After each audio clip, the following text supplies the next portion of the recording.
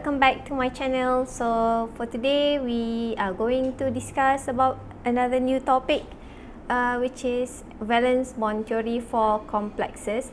But before we start, let's recap what we have learned last week. So last week we have discussed about the coordination compounds previous week, and then also about the isomerism. So you have learned about few types of isomerism, for example, structural isomerism, the linkage isomerism, and so on. So today we are going to discuss about the valence bond theory for complexes. So in this part 1, so we are going to discuss about the application of a valence bond theory to complex ion, and also a bit about orbital combination in complex ion. So in this topic, we focus on 3 orbital combination. They are octahedral complexes, square planar complexes, and also tetrahedral complexes. So here, what is bonding theory? So it's actually an attempt to account for the color and also the magnetic properties of transition metal complexes. So in here, for example, I have a few colors here and also a few metal ions here: cobalt 2, nickel 2, copper 2, and also zinc 2+, and also the solution of nickel.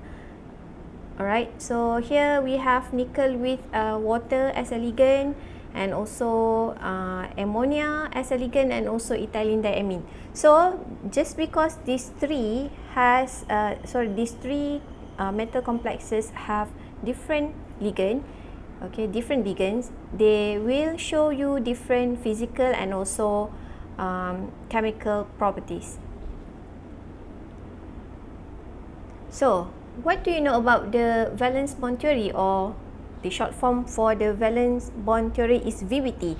So it actually predicts the metal complex bonding arises from overlap field ligand orbitals and vacant metal orbitals. So this is similar to what we have learned during molecular orbital theory, where we have the overlapping of orbitals. So this is where we will discuss about the overlapping between ligand orbitals and also vacant metal or orbitals.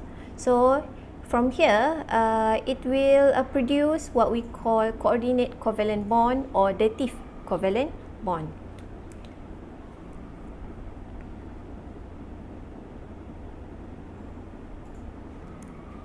The dative covalent bond, coordinate or dative.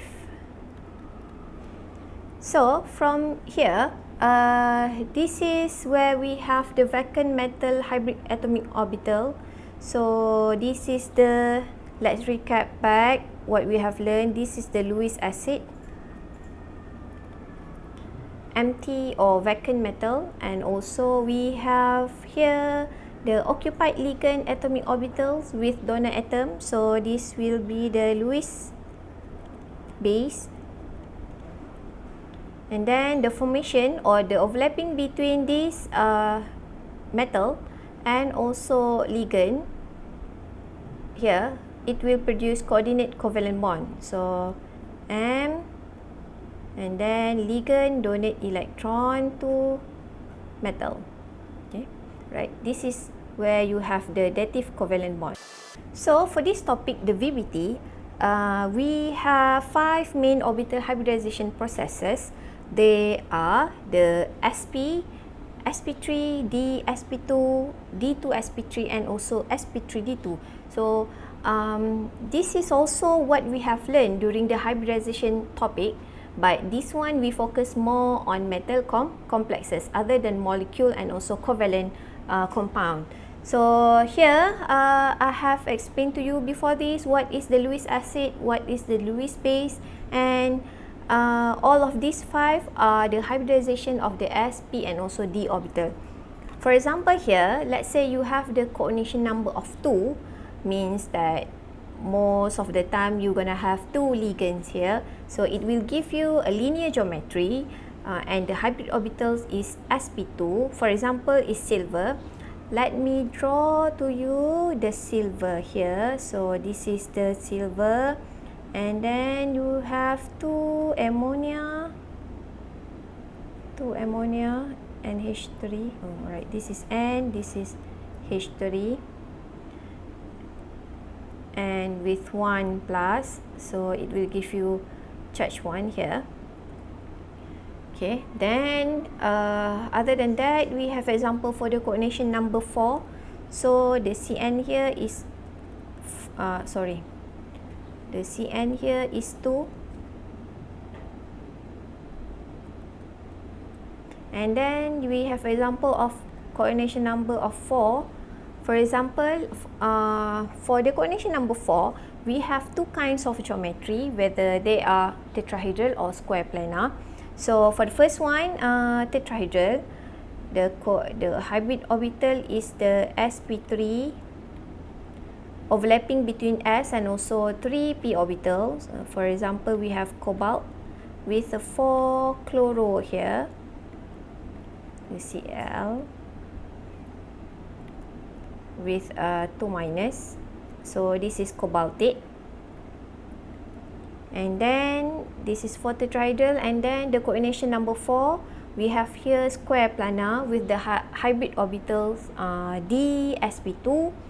For example, here we have nickel.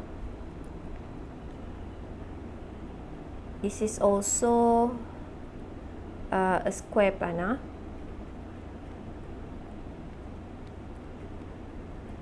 Cn cyanide with 2 minus, so this is a nickelate compound. And then this is for sp3, this is for the sp2.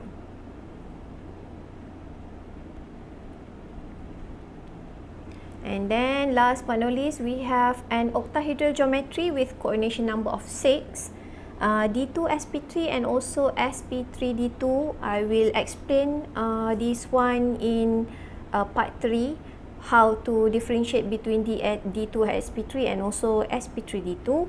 For example, we have chromium and also cobalt with 6 water molecule here, so it will give you the coordination number 6.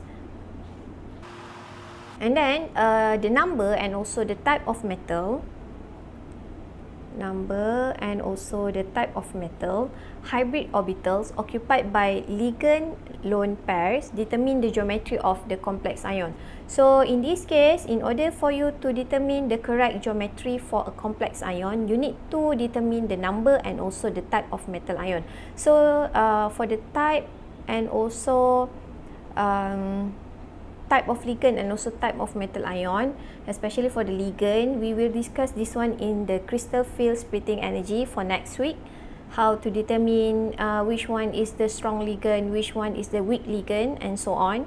So the VBT in this topic, we focus more on the octahedral, square planar and also the tetrahedral complexes, where they will give you the sp3d2 or d2 sp3 square planar complexes. This is the sp3, and tetrahedral complexes, sorry, this is d sp2, square planar is d sp2 and tetrahedral complexes is sp3.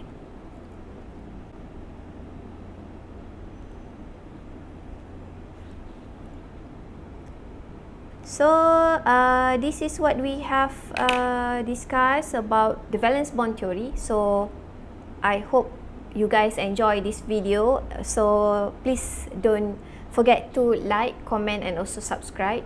I will see you guys in part 2. Bye!